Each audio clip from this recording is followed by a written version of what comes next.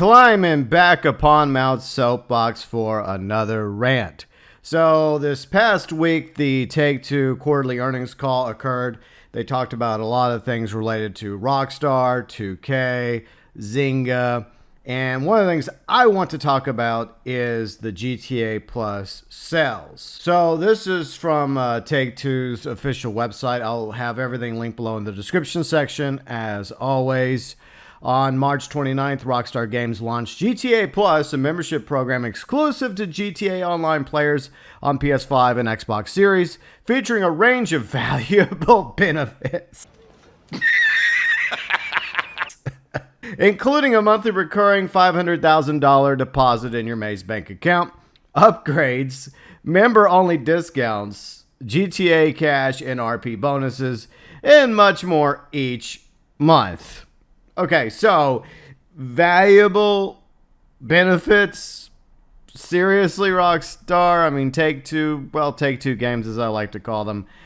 Okay, so let's go into the interview, because Seeking Alpha, I'll link this below in the description as well, did the transcript of everything that was being discussed, including from, I believe this was Take-Two CEO Strauss Zelnick, who had this to say. In addition to everything we just went over, Strauss Zelnick added this part. Initial conversion has been above our expectations, which we believe bodes well for this and an ongoing engagement driver over time. It means one of three things when it comes to GTA Plus sales for the Milked Edition. A, GTA Plus sales expectations were way lower than they expected, so any sales would have exceeded the bar. 2, GTA Plus sales were higher than expected. R3 or C or whatever we're going with here, Take-Two is lying, and they're probably not when it comes to GTA Plus sales. We'll get to that in a moment. So basically what we've gotten so far with 2 months of GTA Plus is $500,000 a month, which is easily earned in GTA Online. You can earn way more than $500,000 a month with a little effort. HSW Devastate 8 had 9 days early access before release for everybody else. Meanwhile, the HSW Brioso RA only had 1 week early access for GTA Plus members. There was unique vehicle liveries, clothing, except for this red swirl smoking jacket, which was available years prior for all players. Job bonuses specifically for GTA Plus players, which dished out additional RP and cash. Free properties and discount on shark cards.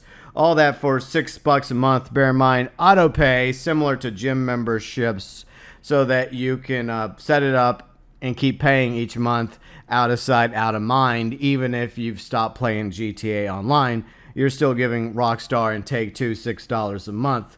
In my opinion, what we've gotten so far from GTA Plus over the past 2 months is most definitely not worth it. There are way better subscription services out there than GTA Plus. So why is Take-Two not lying about the sales of GTA Plus? Well, in my opinion, companies and corporations ultimately answer to their investors, which is what the quarterly earnings call was all about, while mostly ignoring or lying to the average consumers or customers. Not always, but in this case, Take-Two, Strauss Zelnick, they're obviously reaching out to their investors, and I don't think they're going to lie to them, because that would be a lot of legal issues if it ever came back on them, and there would be a lot of problems that they would have to face in legal terms when it comes to lying to your investors. So I think that there were some sales when it came to GTA Plus.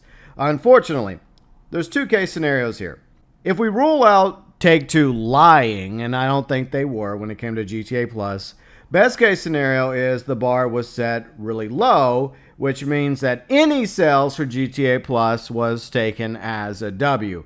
So while technically Take-Two is not lying per se, maybe they're exaggerating. Maybe they're bending the truth just a little. If it was just like, say, 2% sales above what they initially planned, which may not be that much, but if you add it all together, it might be a lot. But from Take-Two's point of view. Hey, it's a W, so it technically counts and it's technically not lying. Worst case scenario is the sales were higher than a lot of us have feared, which means that there's a lot of GTA fanboys, fangirls, fan persons on PS5, Xbox Series that are willing to buy anything that's GTA Rockstar related.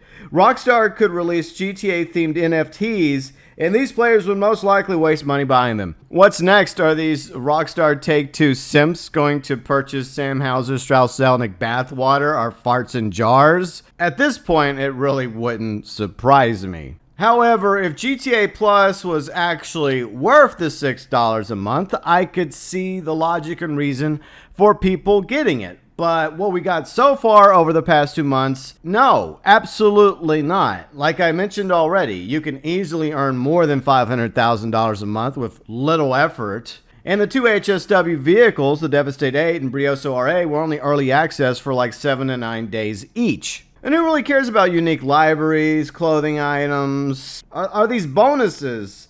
And yay, discounts on shark cards. Whoop-de-doo. More money in Rockstar and Take-Two's pockets when, once again, it's not that difficult to earn money in this game. You have the Cayo Perico heist. You have casino heists.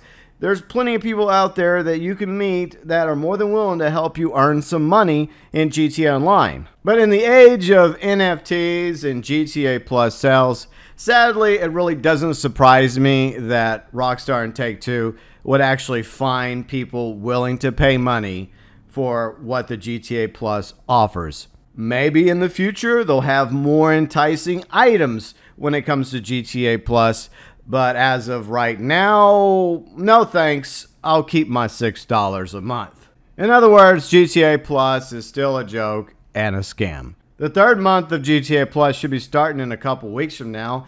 And as far as I know, I don't think there's any additional HSW vehicles that are going to be leaked out, which means that there has to be an update to GTA Online somewhere in the near future.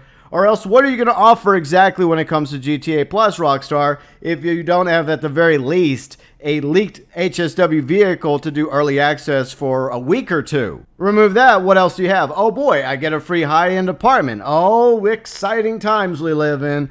Are some more unique vehicle liveries, clothing items. Perhaps some of them are clothing items that people already got in the past. More quote-unquote bonuses and discounts on shark cards. The problem here is GTA Plus has been a disappointment since day one, 2 months in, and the only way that they can turn GTA Plus around is with a legit update to GTA Online. The problem is when you start paywalling items behind GTA Plus, and that's something that a lot of people are concerned about, is that they're going to go from simply giving people early access to new vehicles to exclusive access, forcing players to buy that brand new car or brand new airplane or helicopter or fighter jet or property. As some of us have been speculating a future expansion, whether it's North Yankton, Liberty City, somewhere else entirely. Maybe they'll give us a couple of options to purchase an expansion, a one-time payment, or maybe they'll just lock it behind GTA Plus, forcing players to have GTA Plus in order to go to Liberty City or North Yankton or somewhere else.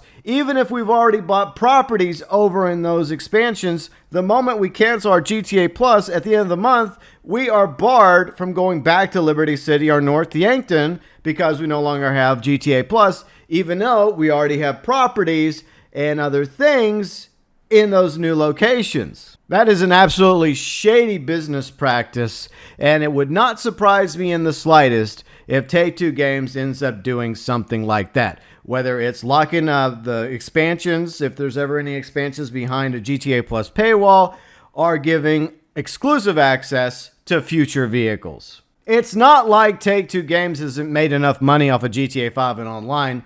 165 million sales since 2013 of GTA 5, and now standalone versions of GTA Online on Xbox Series and PS5.